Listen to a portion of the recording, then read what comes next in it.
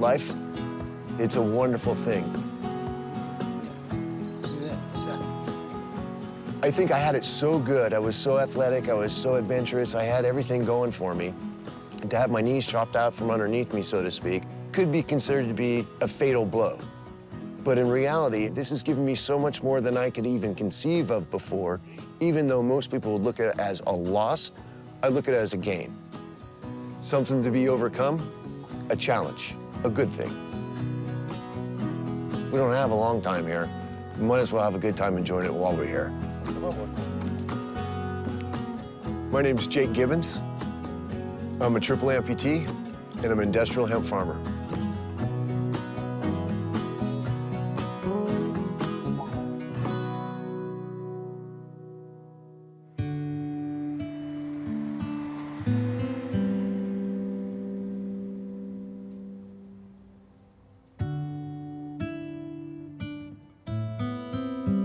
I was born and bred in Northern California.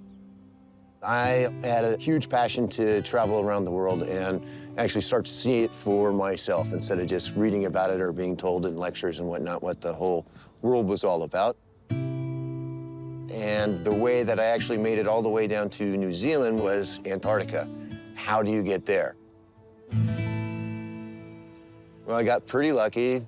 I was at a party and was chatting up a girl, as you do when you're in your 20s. And she says, well, actually, I was working in Antarctica. I says, wait, get out of here. So she gave me quite literally an 0800 number that then I put in my wallet. I never did get her number, didn't care about that number. My first 5 consecutive contracts were winters over at the South Pole. So I do 10 months on, 2 months off.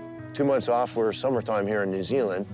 Well, I just stayed here for those 2 months, and I just fell in love with the place. It's a superfood. Oh, yeah. Kathy, my wife, I met her at the South Pole. I love snow, so it was a good reason to go somewhere and get a job and get paid to work in snow. It was a win-win. I've never even thought I would ever attempt to be a farmer in my life, so this is a whole new endeavor for us. It's up and coming. It's the newest thing. It's not just the newest thing. It's been around forever. And I'm hoping to get in on the ground floor here in New Zealand. Payday. This is what all the effort's been for. That's a nice looking little seed right there. That's what we're after. This may sound really crazy, but through that seed, eventually, I'm gonna grow enough fiber to make my own arm. I can grow my arm back. And I think that's fabulous, you know? I'll talk to you about my disability. It's something that, you know, you never thought would happen to you or anything like that. It's going on 14 years now. I've essentially got caught out in quite a big storm up in Greenland. I'd gone out on a skidoo to take care of a few things. We knew the storm was coming, and it hit faster and harder than we thought it was going to, and I got caught out. I was in New York.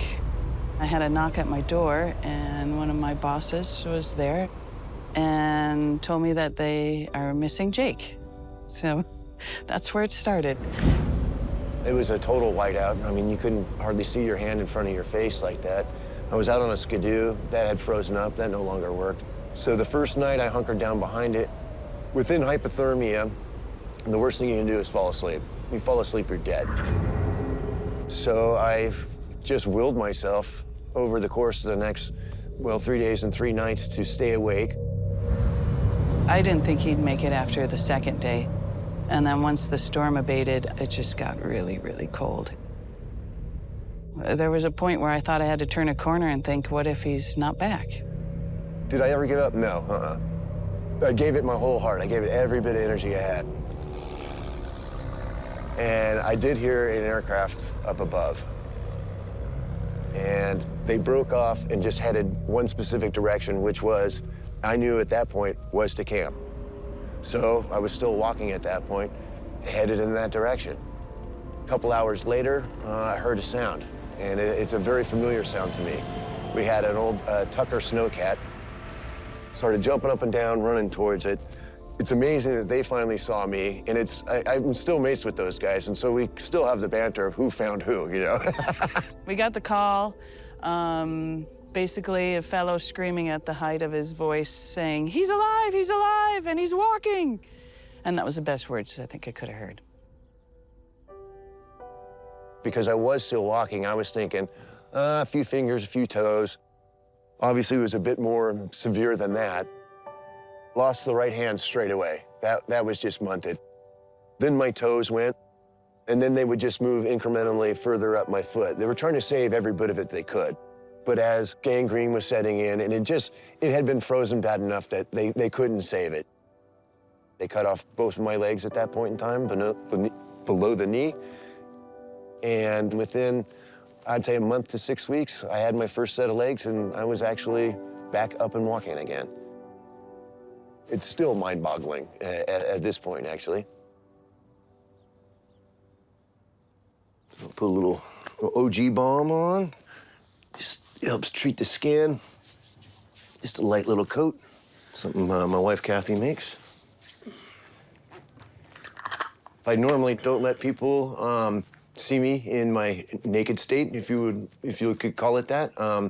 Can't even explain 100% why, but it's just something that it's very intimate to me. He's got fortitude. It wasn't too surprising that he was able to get back on some pegs and start walking. It seemed, yeah, pretty normal. So this is just mainly an inner cushion, help protect my skin, as well as gives me a lot more comfort, which then allows me to be more mobile. I won't lie to you, the first 18, 24, 36 months, that was tough. I mean, I've always been the athletic guy, the intelligent guy, the guy that other people came to for help and that sort of thing. And then to suddenly, quite dramatically, be that guy that is now dependent on other people was a huge part of the transition for me like that. Depression for me? Yeah, I will definitely put my hand up. To the point where I'd say I was even kind of suicidal. That took years to actually overcome and find peace within myself to carry on and realize that there is a new chapter in life. My good friends will say to you, you know, Jake's not really handicapped or anything like that. But to be fair, I think I've overcome quite a bit of that, and most of it's mental and in the heart. But if you take away my prosthetics, I'm a tripod crawling on the ground, so there's no way to argue that I'm not have a handicap or anything like that, or a disability, if you will. How do you open and close the hook is the most widely asked question I get a lot of times. So it's controlled by industrial rubber bands right there. The number that I put on them is the amount of tension that then it will hold. That's connected to something that is akin to just a regular push-bike cable. This cable then goes up around the back. So what I need to do is flex my back in order to open the device. And to keep it open, I've got to stay flexed.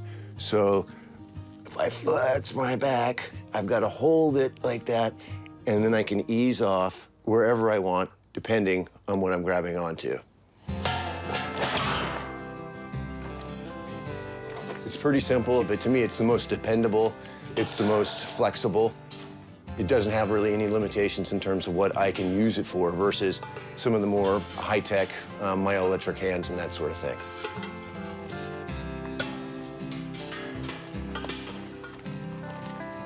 Physically, I might be missing, my flippers might be dinged up a bit, but I'm perfectly capable of still being a positive, productive member of society, and that's how I feel about my disability, if you will.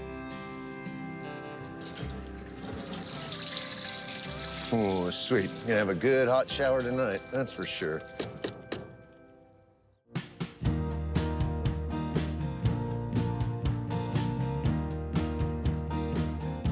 So, like a lot of people have their favorite slippers or shoes or anything like that, I have some of my old favorite feet kicking around. These are a set of boots that were mine back in the day, but after I lost my bits, a lot of my mates signed it. They sent it to me, just as a little reminder and a little bit, hey, we're hoping you're gonna be doing okay. Early on, someone asked me, like, given the chance, would you rather have your legs back or your hand back or your arm back? And back then I'd say, oh yeah, you know, at this point I've learned how to walk around. I can live without my legs, but it would be nice to have the hand back. And now I say, well, this defines me. This makes me who I am now. Here's an interesting one. Now I get to actually be a crab. That's kind of cool. If you can imagine anything in there, now I've got the full strength of my whole back behind me. I can break things with this. I can break bones with that. I've got a turret here. This device, lock it in. Stock of a shotgun fits perfectly in there. It's kind of cool. Some people said it was too dangerous, but I know how to handle it. What do you reckon, huh? This is my favorite hook. This I go to 95% of the time. It's designed after World War II. It's just the go-to. This thing does everything I really need it to do. It's tried and true and tested. Function over fashion every time. This is the go-to one. Is there anything you can't do?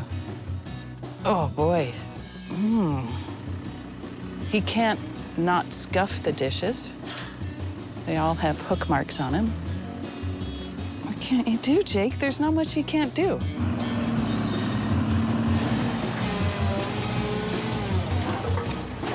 He's quite a driven guy, and he has a lot of forethought of what he'd like to do and where he's going to go, and he makes that happen.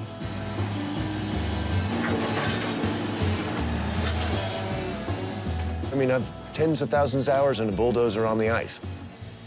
Dirt, never touched it before. So am I being challenged not only physically to get around and do these things and to operate the different equipment that I need to actually break the ground to then turn into an industrial hemp farm? Yeah, that's huge. I wouldn't brag that I'm as good as I used to be, but hey, I get the job done. I'm happy with it. So far, I haven't broken anything, so that's always a plus, you know? Yeah, it's a bit different. Obviously, I don't have feet, so I can't necessarily feel that. So my sensory perception begins in the hard socket. The accelerator is real soft. That's easy to do, you know? Whereas the brake has a lot more resistance. So I know, but without looking down, even though I can't feel it necessarily at my feet, which one it's actually gonna be. How do you end up into the hemp business being a triple amputee? Well, part of it has to do with phantom pain. There's two aspects to it. There's phantom pain, and then there's phantom sensation. Let's talk about phantom sensation first. Right now, I'm wiggling fingers on both hands, and I'm wiggling the toes on both feet. My brain still thinks they're there. Wow, I mean, what is that? I think that actually really helped me to regain the ability to walk quite quickly again. Still that heel strike and roll over and push off up with your toes, even though it's physically not there, my brain is still thinking that. So the rest of me is still functioning normally. That's actually hard on the stuff. The phantom pain is different. It's so graphic, I can't even begin to tell you, except for the fact that like when the ball of my foot is being cut off by a razor blade, I can tell you the difference between a brand new, clean razor blade and an old, rusty razor blade. How does that happen? I haven't a clue. It's definitely dissipated a little bit over time. I don't think it'll ever go away. Over in California, where I come from, where I was hospitalized and went through this process, at that time I could get a prescription for medicinal marijuana. That did it, hands down. It's one reason that I've taken up the mantle and trying to actually grow industrial hemp.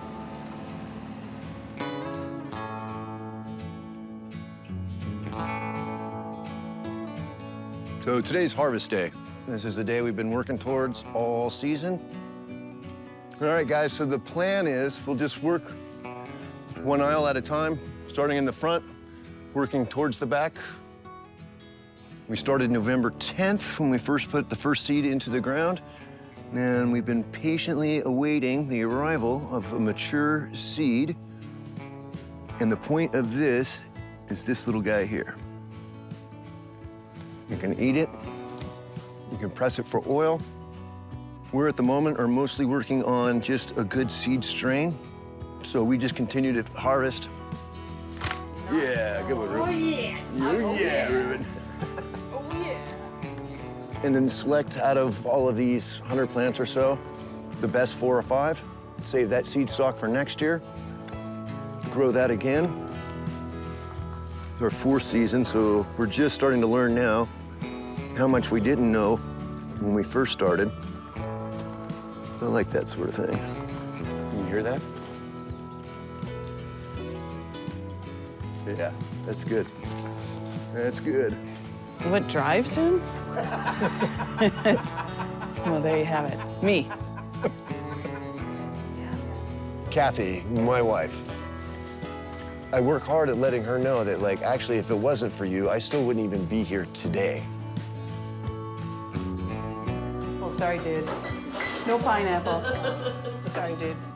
Who's been there for me through this entire thing, tried and true. You couldn't ask for a better partner. Hey, toast, everybody. Thank you for a great harvest there. Appreciate it. Thank you. It's awesome.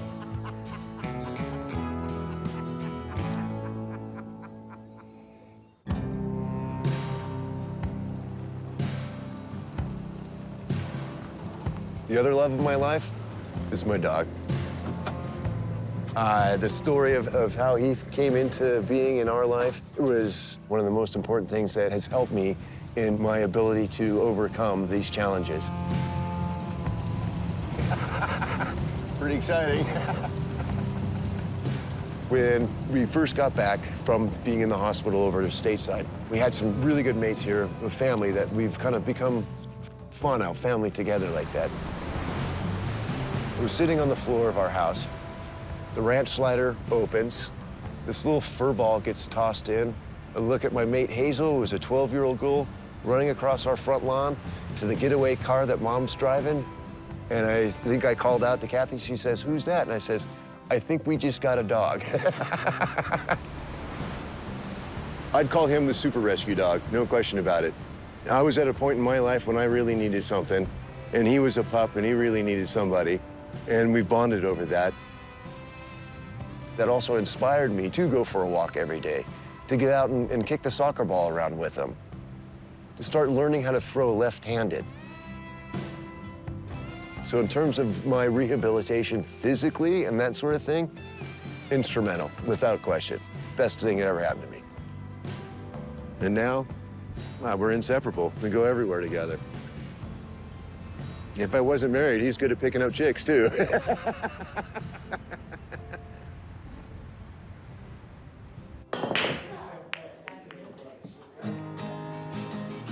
Like, life's pretty good here. In fact, it's so good, some of my rallies that I don't know that well have asked me, "Oh, you know, where do you live in New Zealand?" I tell them Western Australia.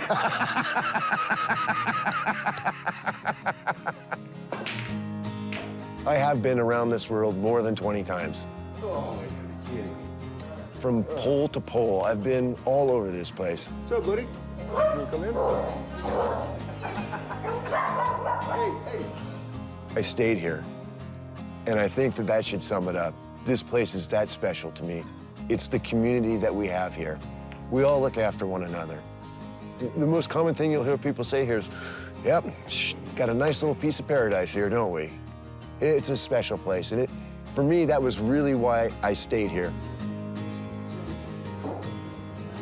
See, you guys realize he picks on handicapped people all the time, huh? This is home, and I do mean home from here. And if you can find that in your own life, you're winning. That's the one. So about twice a day we come in, give her a wee little shake. The seeds that are fully mature are falling out at this point in time. You can hear them.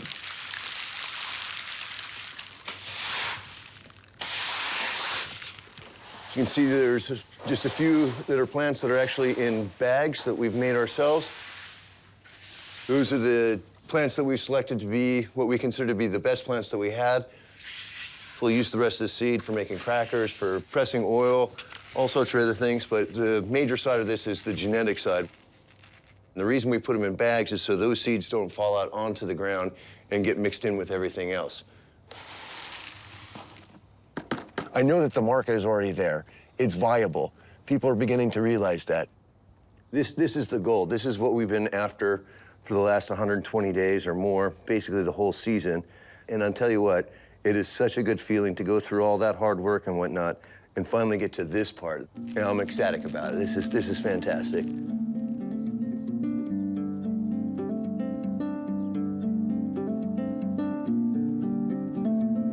Come on, you can have your hero moment, your hero moment.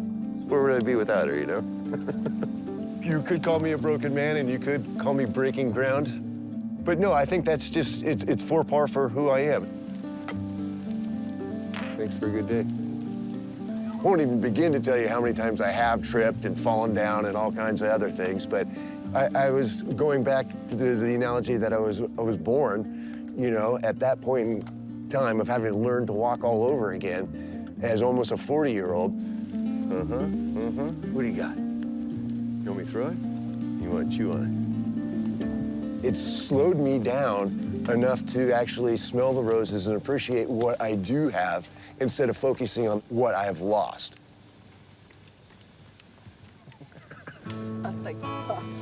There's so many people that we've met and that have helped us through so much and got us on our feet, and I think he wants to give that back. Been through a lot together. Laughter and tears and pushing each other, and yeah, I think it's made us a lot closer. Oh, kiss you.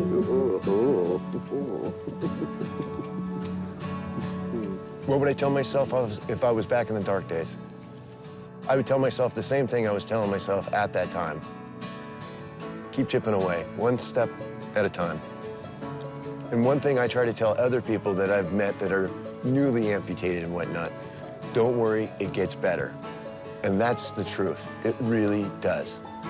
You will find a better way. You will find peace and joy in your heart if you attempt. But first, you've got to try. It's not always easy to do, but it is easy to try. And just try again.